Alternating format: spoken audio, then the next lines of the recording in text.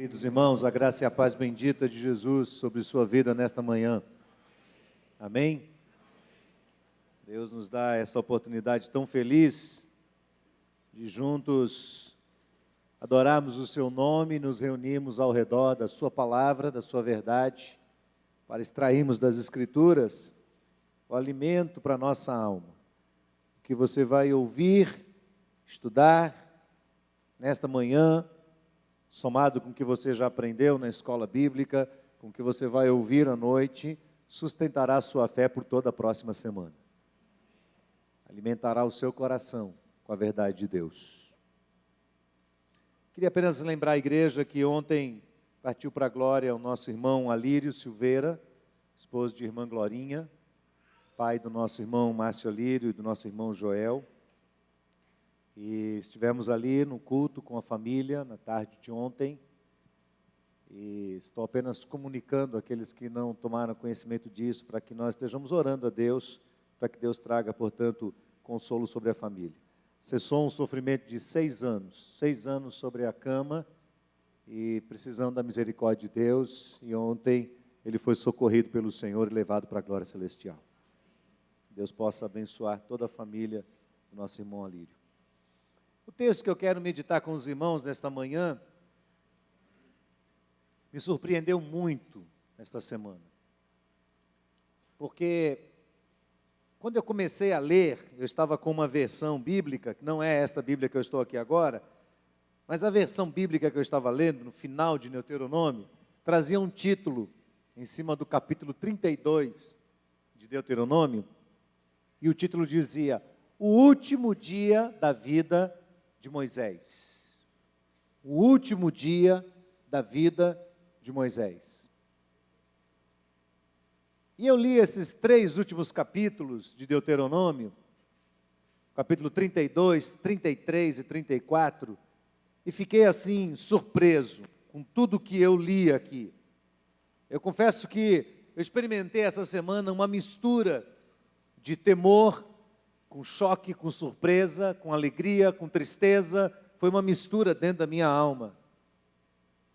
Depois você vai ler com calma esses 3 capítulos. Nós estamos falando este mês, encerrando este mês, falando sobre o Deus dos impossíveis, os atributos de Deus. E olhando para esses 3 últimos capítulos e olhando, vislumbrando, visualizando o último dia da vida de Moisés, eu extraí algumas lições muito importantes para a minha alma, que eu acredito foram lições aprendidas por Moisés numa trajetória de 120 anos vividos de uma forma dinâmica, intensa, cheia de surpresas, cheia de desafios de Deus.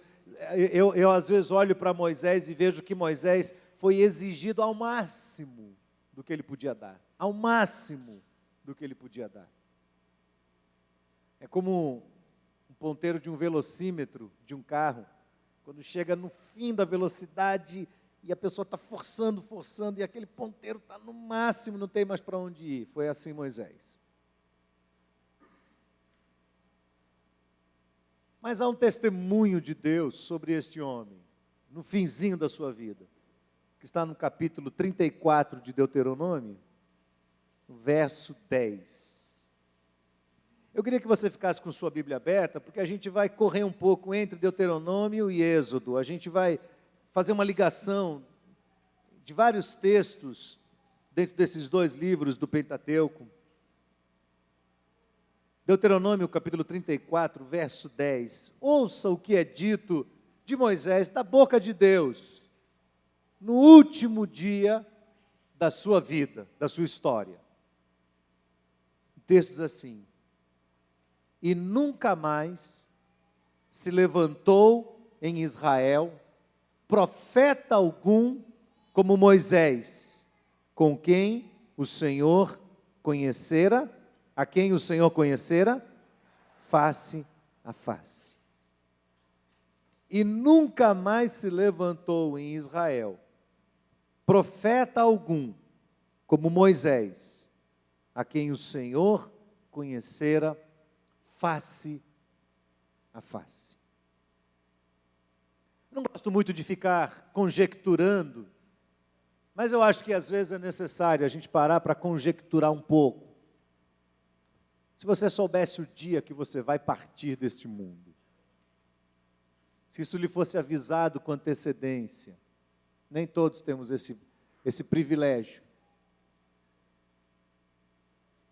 Mas se lhe fosse dado esse privilégio de saber, olha, hoje é seu último dia. E depois desse dia, você vai estar com Deus. O que se diria sobre você? O que Deus diria sobre você? O que sua família diria sobre você? Essa é uma conjectura um pouco estranha, um exercício estranho, mas eu acredito um exercício de impacto dentro de nós, porquanto nos ajuda a fazer uma avaliação profunda acerca dos nossos dias sobre a face da terra e da maneira como temos trazido todas as coisas, se temos ou não seguido um plano que nos foi dado por Deus, se estamos ou não debaixo de uma orientação de Deus para nós. Ontem lá no culto, estávamos com a família do irmão Alírio, na sua cerimônia de funeral. Irmã Glorinha deu um testemunho rápido de que na noite anterior, portanto na noite de sexta-feira, todas as noites ela ia e orava com o marido. Ele reagia muito pouco, mas ele interagia ainda com os familiares, então eles liam as escrituras, cantavam hinos, e ele reagia àquilo positivamente, e assentia com a cabeça, e soltava poucas palavras. E ela orou com ele, e disse, Alírio, eu orei por você nesta noite, pedindo a Deus, que Deus lhe dê um sono do céu, e que nesta noite você tenha a oportunidade de vislumbrar a glória de Deus. E ele disse, amém. E viu a glória de Deus no decorrer da madrugada.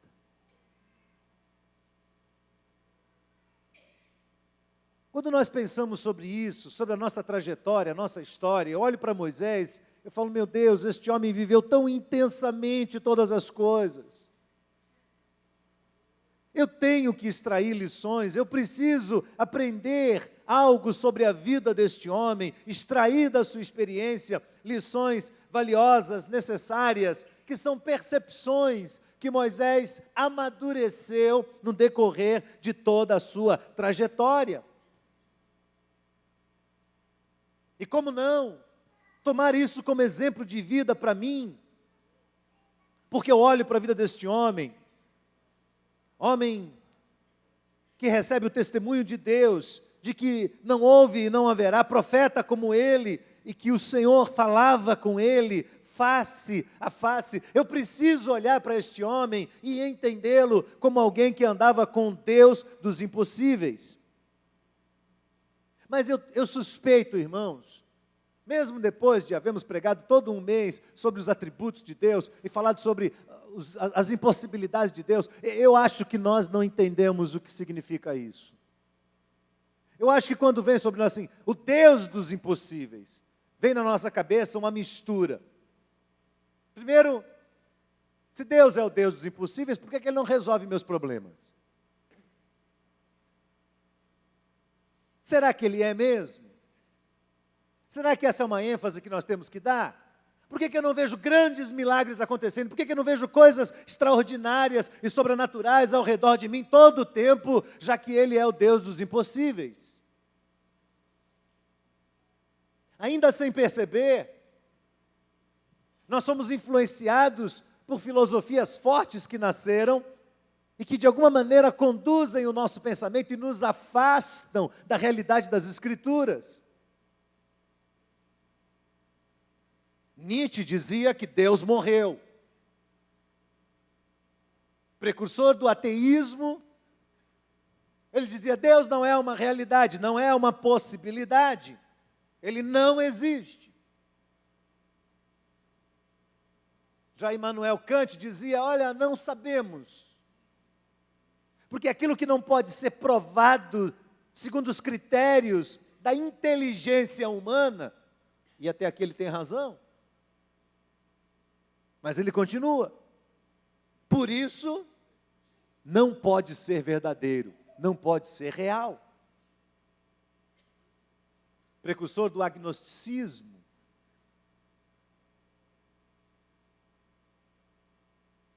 Nicolau de Oresmes elaborou a teoria do deísmo, ou foi um dos seus precursores, daquele que empurrou essa teoria. E a teoria do deísmo dizia, que foi tão difundida nos séculos 17, 18, dizia o seguinte: não, Deus existe. Mas Ele criou um mundo autônomo. Ele criou um mundo com uma capacidade incrível de caminhar por si só, de se desenvolver. Ele sugere que Deus foi pego de surpresa. E quando Deus criou todas as coisas, Ele não imaginava a proporção que isso tudo ia tomar. Então Deus cria um mundo, dá corda, mas perde o controle. E perdendo o controle sobre o mundo, Deus agora resguarda-se a posição de um mero observador de onde isso tudo vai dar.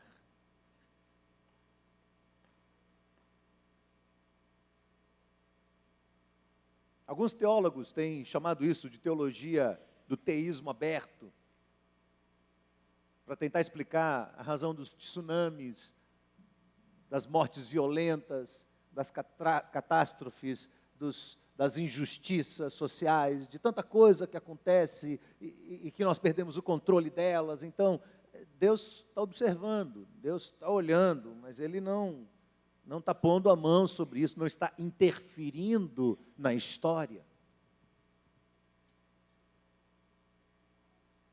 Eu acho que pior do que isso tudo, são aquelas pessoas que começam aos poucos a conjecturar da seguinte forma: ora, a Bíblia diz que Deus é onipotente, mas se Deus é onipotente, e Ele se recusa a fazer o bem, a acabar de vez com todos os miseráveis, com todos os homens violentos, com todos aqueles que praticam injustiça, se Ele não reverte este caos da história, se Ele não intervém na vida da criança que nasce aleijada, do outro que nasce com problema, se Deus não faz nada, então ou Deus não é onipotente, ou Ele não é bom. Acredite você, esses são pensamentos que estão debatendo na cabeça de muitas pessoas, incluindo muitos cristãos. Eles estão pensando sobre isso. Mas quando eu leio a história de Moisés, eu vejo algo extraordinário por trás dessa cortina toda. Eu vejo algumas lições preciosas que nos ajudam a entender um pouco dessa nossa relação de seres humanos, de criaturas, pequenos como somos, limitados no nosso poder, na nossa capacidade de intelectual, nos nossos recursos, comparados com Deus dos impossíveis, com Deus que é Deus soberano e criador de tudo. Eu olho para isso e falo, qual é a relação que existe entre este ser e este ser?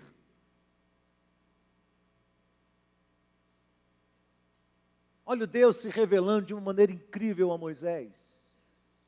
O que realmente é importante nesta vida? Do que realmente temos que nos livrar? E o que realmente temos que viver? Experimentar. Qual o critério de Deus nessa escolha? Se você ler toda a história de Moisés, se você ler todo o livro do Êxodo, e depois você completar essa leitura lendo todo o livro de Deuteronômio, você vai se assustar com coisas incríveis que vão ser ensinadas. Moisés levou 120 anos amadurecendo essas percepções na mente dele. Qual é a primeira percepção clara de Moisés no final da sua vida, no último dia da sua vida? Moisés transparece. Não só nesse dia, durante vários episódios. Transparece a clareza na alma dele de que o Deus dos impossíveis estabeleceu uma trajetória para a vida dele.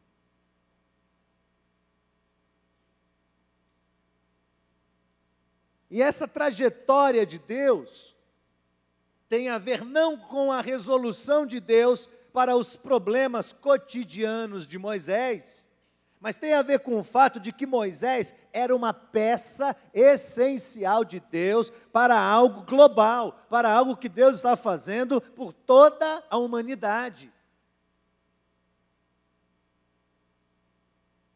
Nós temos uma tendência de reduzir Deus à nossa história.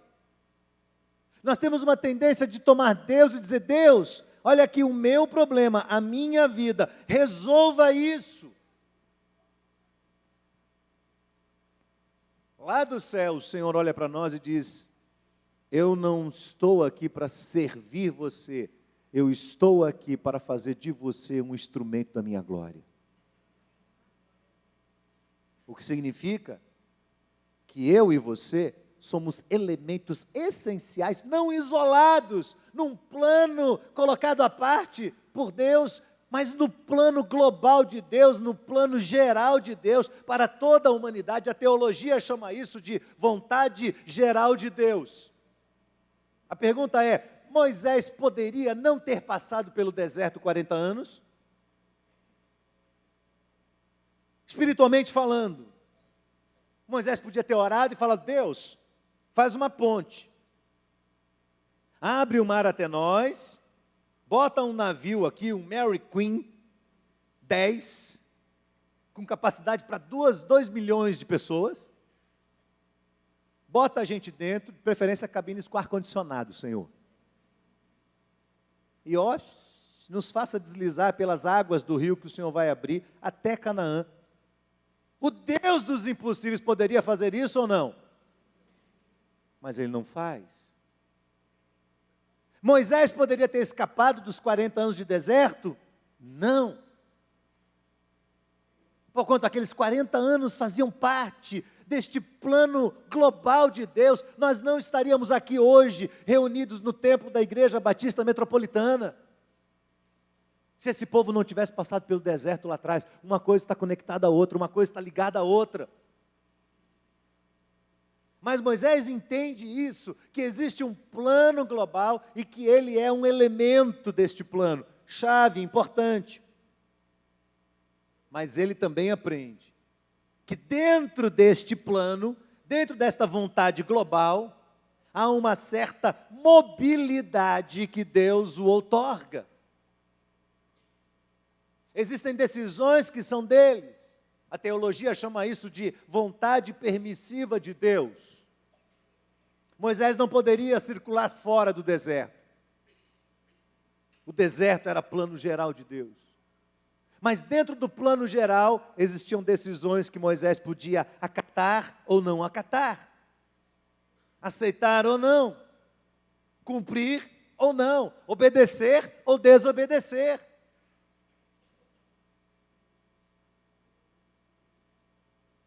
E Moisés era o homem mais manso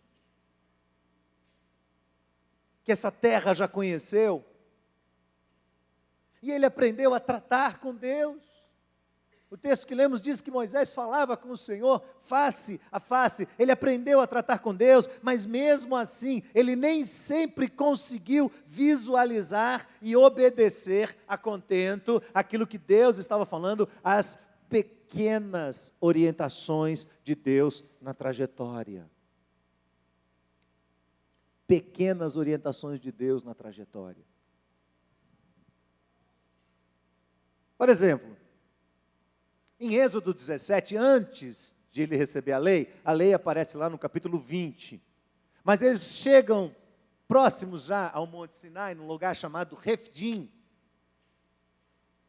Em Refidim, o povo acaba o suprimento de água do povo, e o povo entra em pânico, em desespero, e vai em cima de Moisés: Moisés, nós queremos água, cadê Moisés? Você vai matar a gente aqui de sede, nós e o nosso gado e os nossos filhos, nós vamos morrer prostrados aqui, cozidos, neste lugar quente. E Moisés vai falar com Deus: Deus, o que eu faço? O povo quer me apedrejar. O Senhor diz: o que é que você tem na mão? Eu tenho a vara. Então pega a vara, vá à rocha de Refidim, bata na rocha, fira a rocha, e dela vai sair água. E Moisés vai e fere a rocha, e algo extraordinário acontece, a água começa a jorrar, jorrar, jorrar, e o povo corre, eufórico, desesperado, e enchem os seus cântaros, e enchem todos os vasos, vasilhas, e bebem água, e eu posso imaginar as crianças brincando no meio do chafariz.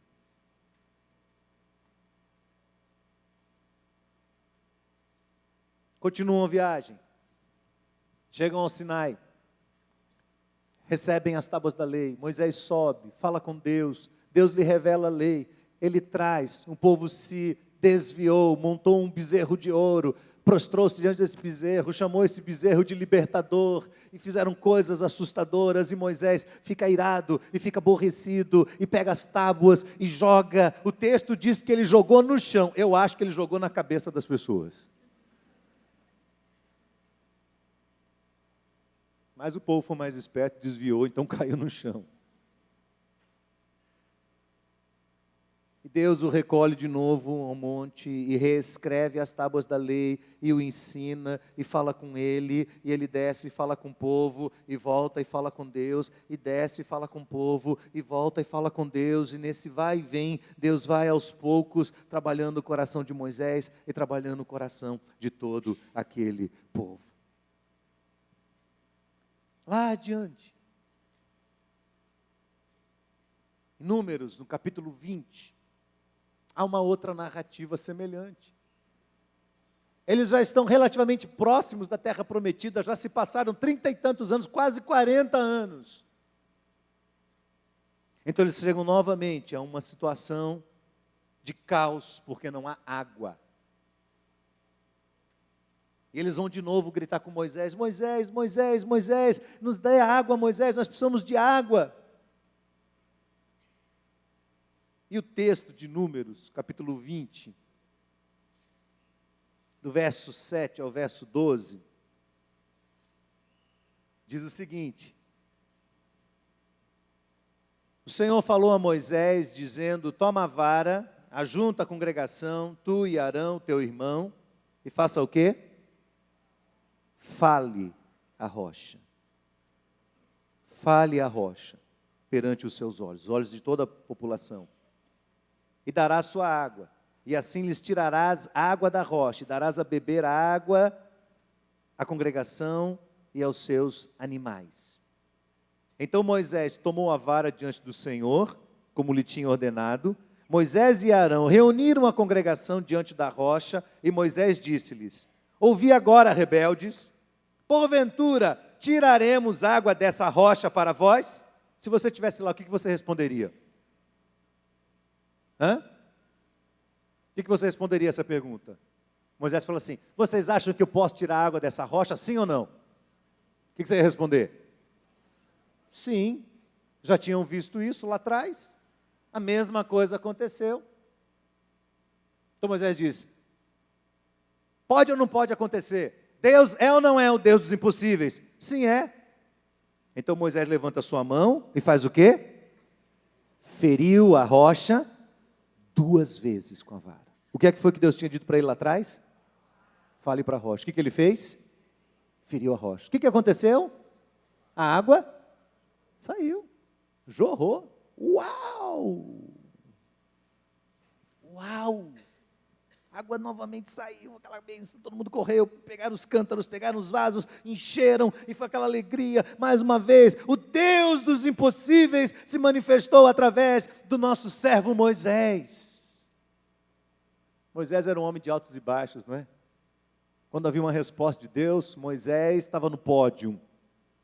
Quando faltava água, vamos matar Moisés, vamos apedrejar Moisés. Ninguém viveu tão intensamente como este homem viveu. E aí todo mundo vai para casa, vai para sua tenda e enche lá o seu barraco de água e os cântaros e aquela festa, aquela alegria. Todo mundo tomou banho, todo mundo ficou cheirosinho, uma maravilha, todo mundo está no seu lugar. O Deus que fala com Moisés face a face vai lá e fala assim: Moisés, vem cá, vamos conversar? Eu e você? Vamos conversar nós dois? O Senhor diz a Moisés e a Arão: porquanto não crestes em mim, para me santificardes diante dos filhos de Israel, por isso não introduzireis esta congregação na terra que lhes tenho dado. Teria sido Deus injusto? Porquanto lá em Deuteronômio, no capítulo 32, há o cumprimento disso. Deuteronômio, capítulo 32, do verso 49 para frente, o texto diz assim, do verso 48 para frente, Deuteronômio 32, 48. Depois falou o Senhor a Moisés naquele mesmo dia, dizendo, é o último dia da sua vida, sobe ao monte Abarim, ao monte Nebo, que está na terra de Moabe, de fronte de Jericó, e vê a terra de Canaã, um monte alto aqui, próximo a Jericó, sobe até lá, veja a terra de Canaã, que darei aos filhos de Israel por possessão, mas morre no monte, ao qual subirás. Recolhe-te ao teu povo, como Arão teu irmão morreu no monte Or, e se recolheu ao seu povo, porquanto o quê? Transgredistes contra mim, no meio dos filhos de Israel, as águas de Meribá, de Cádiz, no deserto de Zim, pois não me santificastes no meio dos filhos de Israel, pelo que verás a terra diante de ti, porém não entrarás nela, na terra que darei aos filhos de Israel. Poxa, será que Deus foi injusto com Moisés? Será que Deus não deu um desconto? Moisés estava estressado. Você tem ideia de como Moisés estava, depois de 40 anos conduzindo aquele povo infantil? Como é que esse homem estava? O esgotamento nervoso dele. Não tinha ninguém para cuidar de Moisés. Ele podia dizer, mas Deus, só porque eu num acesso de raiva bati ali. Parece que Deus diz assim para Moisés, Moisés, você já caminhou tanto comigo, você já está tão acostumado a me ouvir face a face, conversar comigo, nós vivemos tão juntos, tão próximos um do outro, que você não tinha o direito de me desobedecer num pequeno detalhe. Você não tinha o direito de me desobedecer num detalhe tão pequeno como esse.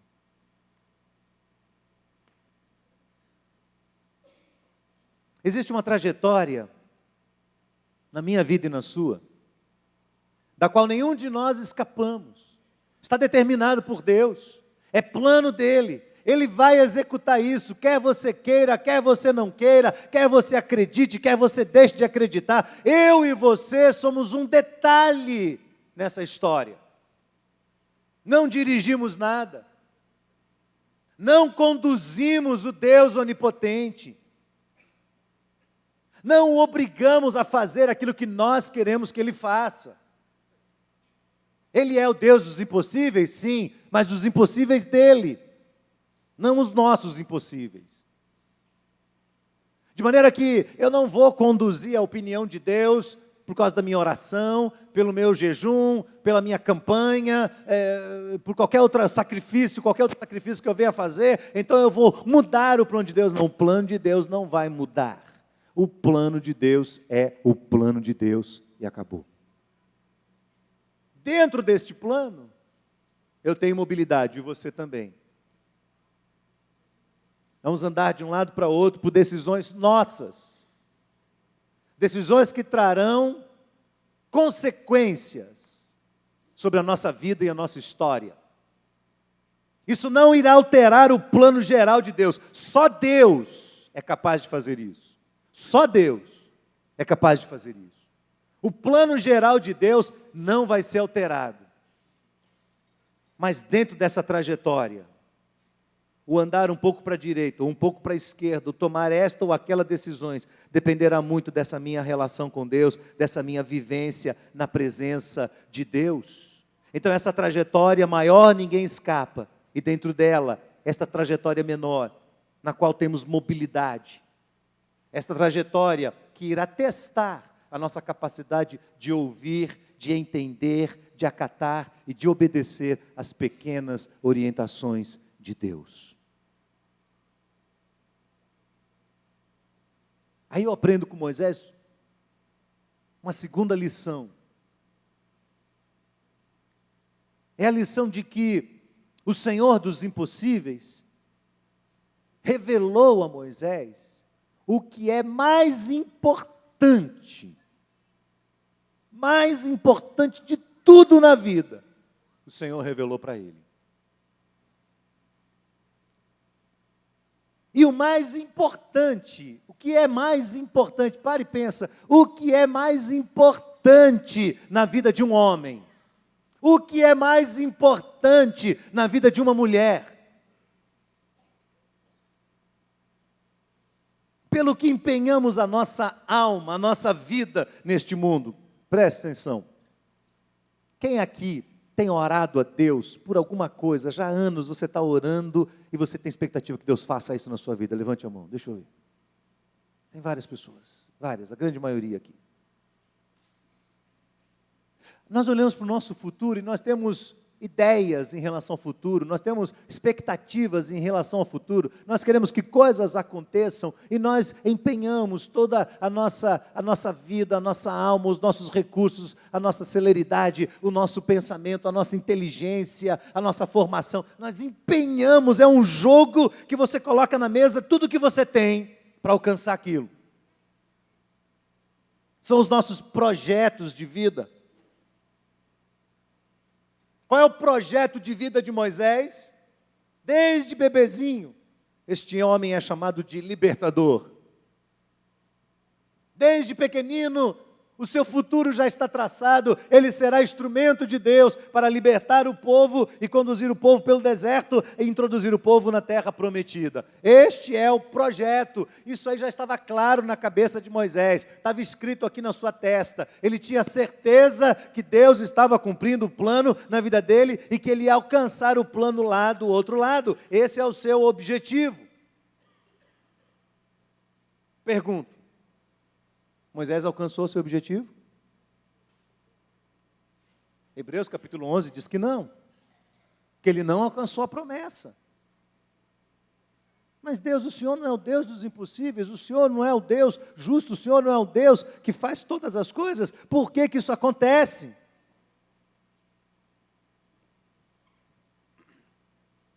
Depois que o povo lá no deserto faz o bezerro, acontecem fatos muito interessantes narrados em Êxodo 32. O Senhor chega para o povo e diz assim, Êxodo 32, do verso 30 ao verso 35. Aconteceu que no dia seguinte, Moisés disse ao povo, vós cometestes grande pecado. Agora, porém, eu subirei ao Senhor e porventura farei propiciação por vosso pecado. Assim tornou-se Moisés ao Senhor e disse, olha o que Moisés diz ao Senhor, ora, este povo cometeu grande pecado fazendo para si deuses de ouro. Agora, pois, perdoa o seu pecado. Senão, risca-me, peço-te, do teu livro que tens escrito. Você teria coragem de fazer uma oração dessa? Você se defronta com um monte de gente desobediente, que faz coisa errada, que está pecando contra Deus, idólatra, e você diz assim, Deus, ou o Senhor salva esse povo ou me risca do livro da vida. Você teria coragem? Olha só o desejo de Moisés, o seu empenho por alcançar seu projeto de vida, colocar esse povo em segurança na presença de Deus. Ele empenha ali a sua alma. Senhor, ou o Senhor perdoa o pecado desse povo, ou o Senhor me risca. Mas Deus, que não se deixa levar, responde assim para ele. Então diz o Senhor a Moisés, aquele que pecar contra mim, a este riscarei do meu livro. Quanto a você, vá agora e conduza esse povo para onde te tenho dito. Eis que meu anjo irá diante de ti.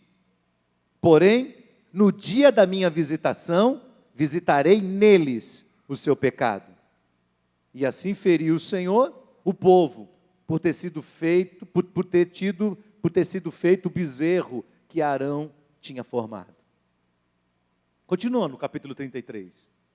Disse mais o Senhor a Moisés: vai, sobe daqui, tu e o povo que fizeste subir da terra do Egito, para a terra que jurei a Abraão, Isaque e Jacó, dizendo: a tua descendência darei. Enviarei um anjo diante de ti, lançarei fora os cananeus, os amorreus, os heteus, os perizeus, os heveus, os jebuseus. Há uma terra que mana leite e mel. Porém, eu não subirei no meio de ti, porquanto és povo de dura cerviz, para que eu não te consuma no meio do caminho.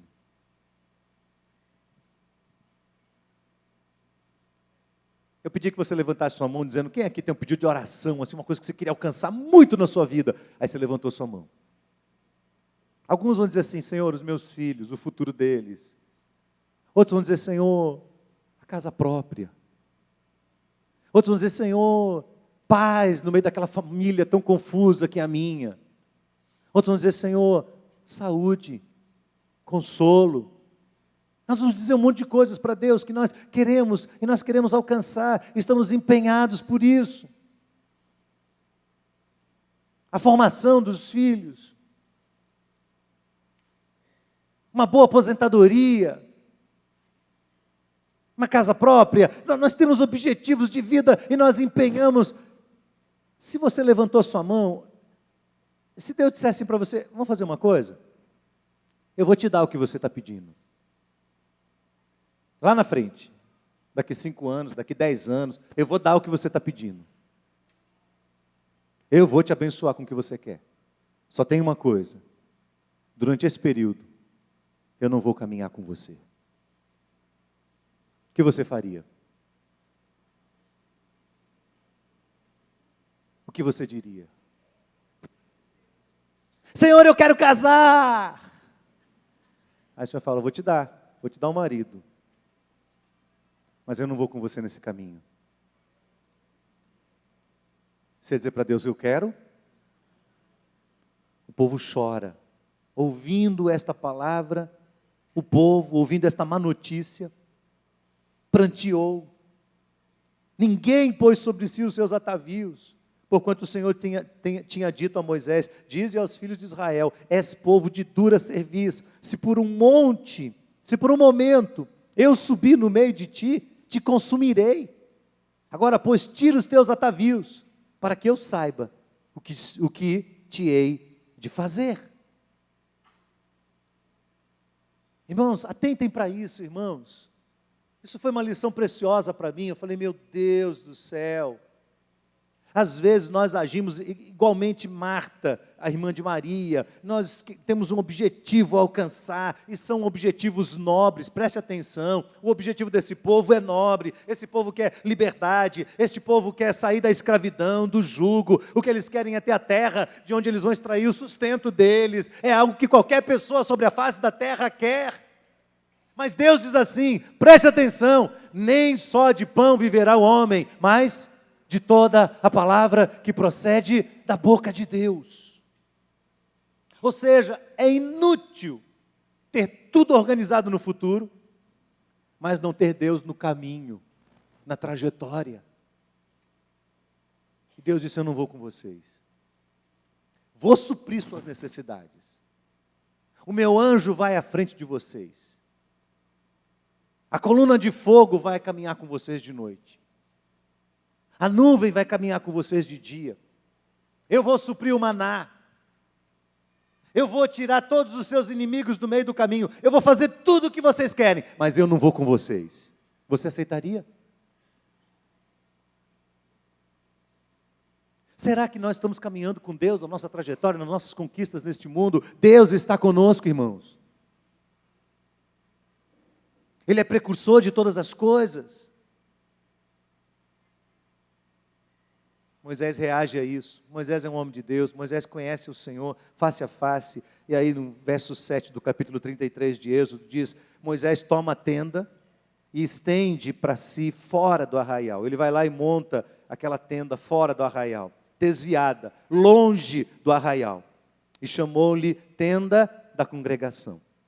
É como se Moisés dissesse assim, desculpa a expressão, a muvuca aqui está muito grande.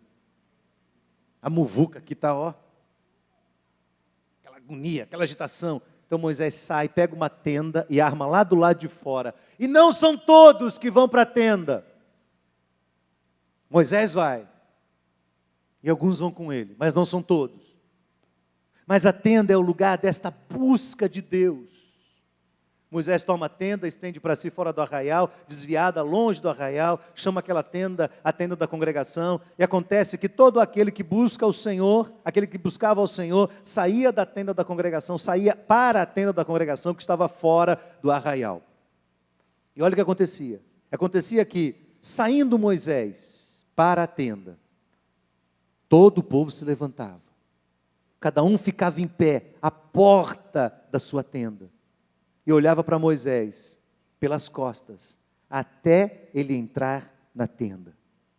E sucedia que, entrando Moisés na tenda, descia a coluna de nuvem e punha-se à porta da tenda. E o Senhor fazia o quê? Falava com Moisés.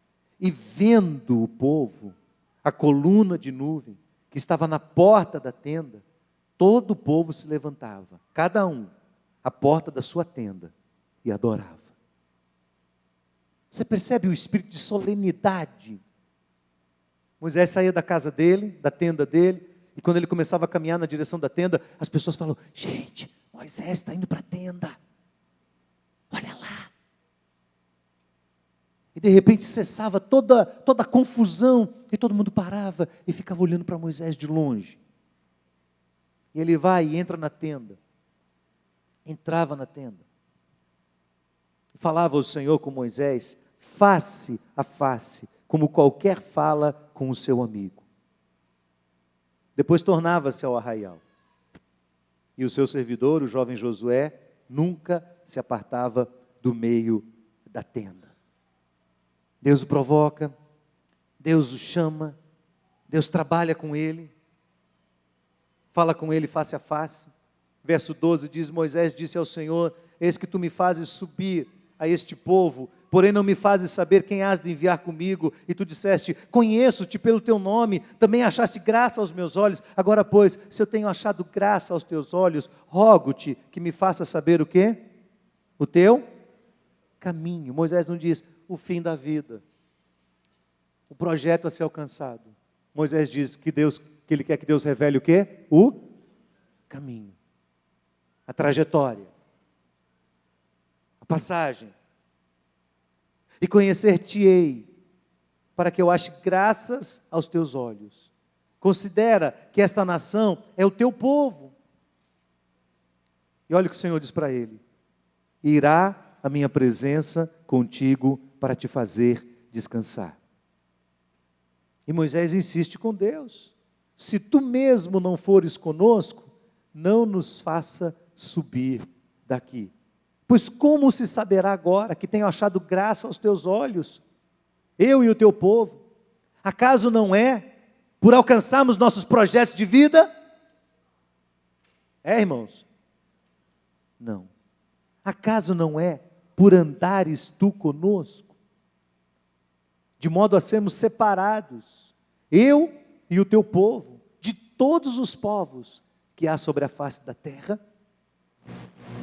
Então Deus o consola e diz, farei também isso que tens dito, porquanto achaste graça aos meus olhos, e eu te conheço pelo teu nome.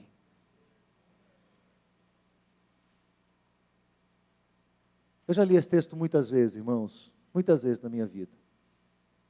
Mas essa semana parece que esse texto teve um gosto especial na minha alma. Eu fiquei olhando para isso e disse, Deus, eu vivo tão agitado no meio do arraial, no meio da, desculpa a expressão, da muvuca. Tem tanta coisa para fazer, tanta coisa para fazer. Será que uma oração minha despertaria compaixão no coração de Deus? Será que a minha oração agradaria o Todo-Poderoso? Será que se eu abrir minha boca para interceder por aqueles que estão comigo na trajetória, no caminho, o Senhor lá do céu vai ouvir, vai dizer, eu achei graça aos teus olhos, eu vou fazer o que você está me pedindo. e eu vou com vocês nesse caminho. Será que você não anda correndo tanto? Você está tão focado no seu objetivo de vida, no que você quer, você sabe o que você quer, você sabe o que você quer alcançar, e você está lutando para isso, que há muito tempo, você deixou de andar com Deus face a face pelo caminho. O que é mais importante, irmãos? É alcançar nosso objetivo de vida? Ou é que o Senhor ande conosco nessa trajetória? Pergunte a você, pergunte ao seu coração. A trajetória com Deus é tudo. Os projetos sem Deus não são nada. Terceira e última lição que eu aprendi no impacto desses 3 capítulos é que Moisés chegou num ponto da sua vida com Deus, onde ele se submete a Deus de coração. Parece que Moisés consegue entender o coração de Deus. Há um tempo que você entende as regras, as normas, é que nem filho. O filho é assim, quando ele é pequeno, você chega e fala assim, não faça isso, faça aquilo, você dá ordens, e ele obedece suas ordens, porque você é grandão e ele é pequeno. Quando ele vira jovem, adolescente, que ele passa de você, aí ele fala, eu vou decidir se vou obedecer ou não. Quando ele for adulto, lá na frente, ele vai lembrar do coração do pai, da mãe. E na alma dele, ele vai entender por que é que o pai ou a mãe diziam isso ou aquilo. Talvez seja tarde. Com Deus é a mesma coisa. Há uma época em que nós ouvimos a ordem de Deus, faça isso ou faça aquilo, e nós vamos obedecendo, mas chega uma hora que a gente vai vivendo com Deus, e a gente acha assim, não, peraí Deus, está exigindo demais de mim, está cobrando demais de mim, a provação é grande demais, o Senhor me deu tanto desafio, olha aqui, olha o que eu tenho na minha mão para fazer, como é que eu vou dar conta? E nós começamos a querer disputar, mano a mano com Deus. Acaso um de nós pode contender com o Senhor e sair ileso? Mas chega uma época na vida em que você começa a ouvir o coração de Deus. O coração de Deus.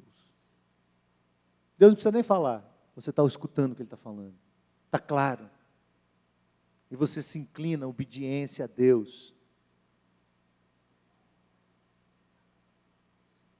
Moisés está cansado, 120 anos, uma trajetória longa, está cansado na sua vida, não suporta mais, não aguenta mais aquele povo, está no último dia, poderia dar graças a Deus, mas Deus o chama e coloca no coração dele uma palavra dura para aquele povo todo ouvir. Eu não queria ser porta-voz de Deuteronômio capítulo 32. Anote aí, em casa você vai ler esse texto. Leia com calma. Mas são as últimas palavras de um homem de Deus, palavras dirigidas, inspiradas por Deus para um povo, e é muito triste quando você estabelece um comparativo entre Moisés, que é um homem segundo o coração de Deus, que inclina o coração de Deus, que ouve o coração de Deus, um homem com quem Deus fala face a face, e a opinião que Deus tem do povo que caminha junto com Moisés. Deus diz, olha, vocês se corromperam. Não são mais meus filhos, vocês são uma mancha, uma geração perversa, uma geração distorcida.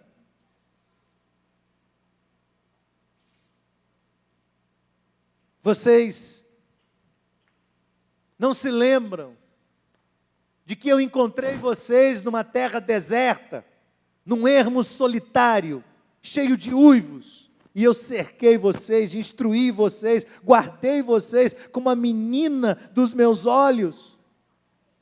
Mas vocês se exaltaram, mas vocês se rebelaram, e vocês engordaram. E quando vocês engordaram, cresceram, se fortaleceram, vocês começaram a dar coices. Vocês começaram a chutar as pessoas. Vocês deixaram a Deus. Vocês desprezaram a rocha da salvação de vocês. Fizeram cultos. Mas não eram cultos a Deus, eram cultos aos demônios, aos deuses que vocês não conheceram, novos deuses que vieram aos poucos. Sabe o que é que vai acontecer? Eu vou me esconder o meu rosto de vocês, disse o Senhor, e eu vou ver qual vai ser o seu fim. Ouça isso, está aí no verso 20 do capítulo 32, o Senhor diz, sabe o que vai acontecer? Eu vou tirar o meu rosto de vocês, eu não vou caminhar com vocês na trajetória, e eu quero ver qual vai ser o fim de vocês. Vamos ver qual vai ser seu projeto de vida. Não alcançou? Não venceu? Não fez? Não aconteceu? Não comprou? Não vendeu? Não criou os filhos? Não formou? Qual vai ser seu fim? Qual é o último dia da sua história? Sem mim, o Senhor diz para aquele povo.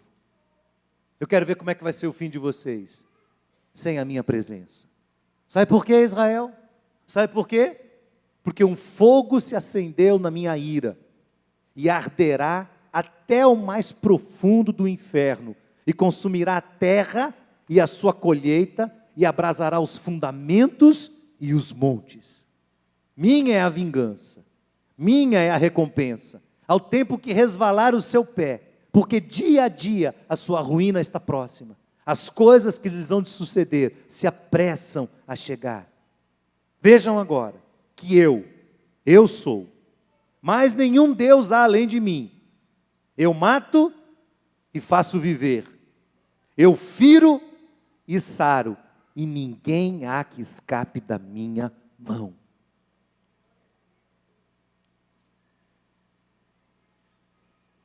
Eu não queria ser porta-voz dessa mensagem. Moisés ouve o que Deus fala, escreve, reúne o povo, e talvez com a voz já enfraquecida de um velho que está próximo a partir, ele declara uma a uma dessas palavras a um povo que preferiu alcançar o objetivo e desprezou a trajetória na presença de Deus. Moisés se submete, Moisés acata. Moisés poderia facilmente concluir que Deus foi injusto. O texto diz, depois falou o Senhor a Moisés naquele mesmo dia, dizendo, sobe ao monte Abarim, ao monte Nebo, que está na terra de Moabe, defronte de Jacó, vê a terra de Canaã, que darei aos teus filhos por possessão, mas você vai morrer no monte. Verso 51, porquanto você transgrediu contra mim, no meio dos filhos de Israel, nas águas de Meribá, no Cádiz, no deserto de Zim, porque você não me santificou no meio dos filhos de Israel. Então, verás a terra diante de mim, mas não entrarás nela.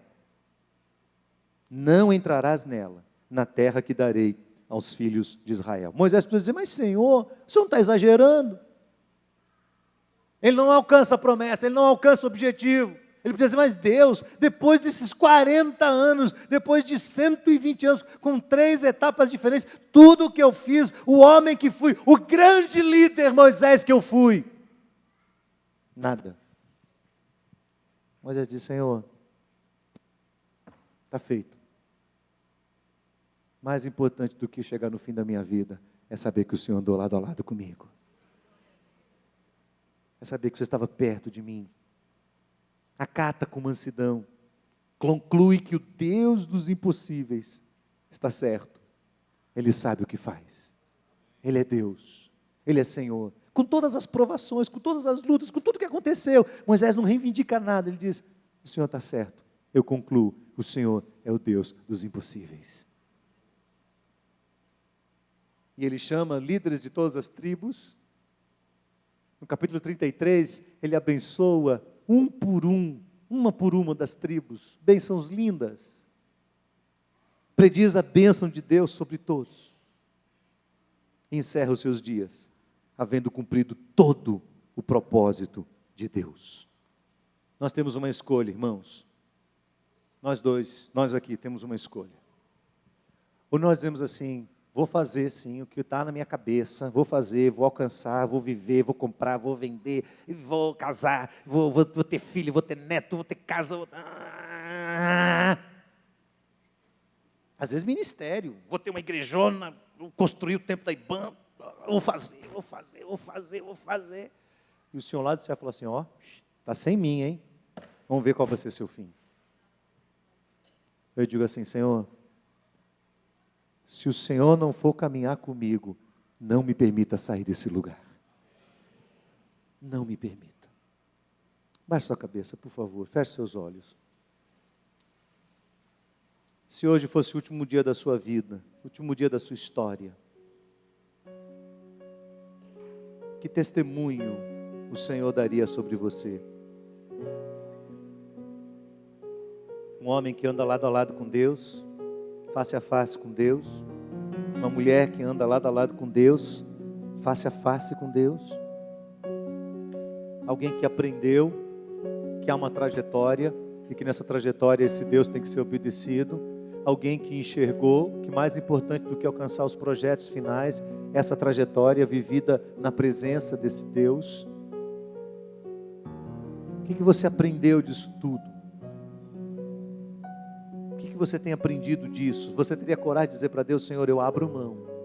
Abro mão. Se o meu objetivo de vida, se aquilo que eu foquei minha alma, meu coração, que eu empenhei tudo que sou, se isso aqui não está me deixando ter comunhão com o Senhor, eu abro mão disso diante do Senhor. Eu digo ao Senhor, tá bom, eu entrego. E pode ser algo nobre, pode ser algo muito bom, pode ter a ver com o futuro da sua casa, dos seus filhos, pode ser tudo maravilhoso, mas se isso está te tirando do foco, da presença de Deus, ou se você percebe que o Senhor não está caminhando lado a lado com você, está na hora de parar, está na hora de sair do meio do arraial, está na hora de ir para a tenda da congregação, está na hora de buscar a face do Senhor. Eu penso, irmãos, que nós podemos fazer do culto um ambiente pragmático, um ambiente onde coisas acontecem, mas não um ambiente de busca da presença de Deus. E eu peço a Deus que Deus transforme este templo numa tenda da congregação.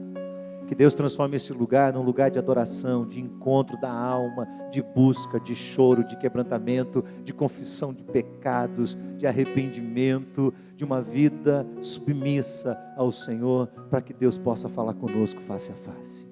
É possível? É possível. É possível. Às vezes nós queremos os grandes milagres de Deus, e Deus diz, mas eu não quero te fazer grandes milagres, eu quero que você ande comigo. Eu quero andar com você na segunda. Eu quero andar com você quando você estiver indo para o trabalho, no ônibus, no carro. Eu quero andar com você. Você quer experimentar o poder do Deus dos impossíveis? Ande com Ele. Ande com Ele. Nós queremos que Deus resolva. Deus resolve meu problema. E Deus diz, mas eu não quero resolver. O seu problema faz parte do meu plano para a sua história. A sua luta interior, o desafio que você tem, o seu estresse, tudo isso faz parte. Eu não vou te livrar assim, de uma hora para outra, não. Anda comigo. Anda comigo, porque se você andar comigo, mesmo que as ondas do mar sejam bravias, eu vou estar do seu lado e vou te proteger.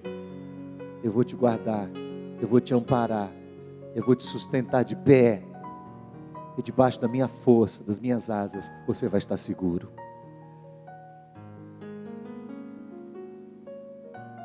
Se você gostaria de dizer, Deus, me faz ser como Moisés, buscar a tua glória, ser cheio do Senhor, cheio da glória do Senhor, vazio de si mesmo, mas cheio da glória de Deus, diariamente. Nem que para isso você tenha que tomar decisões. Fica de pé onde você estiver, diga isso que eu quero, Senhor, em nome de Jesus.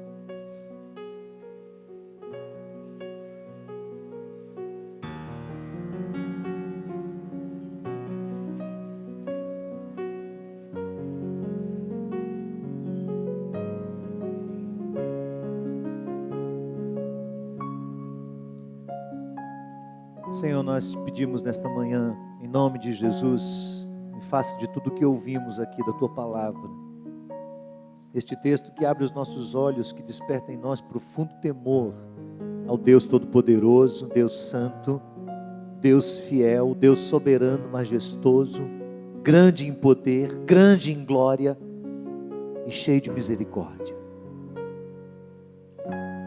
Que ao ouvirmos o que ouvimos, que ao ler o que lemos, o nosso coração se encha de temor na Tua presença, Senhor.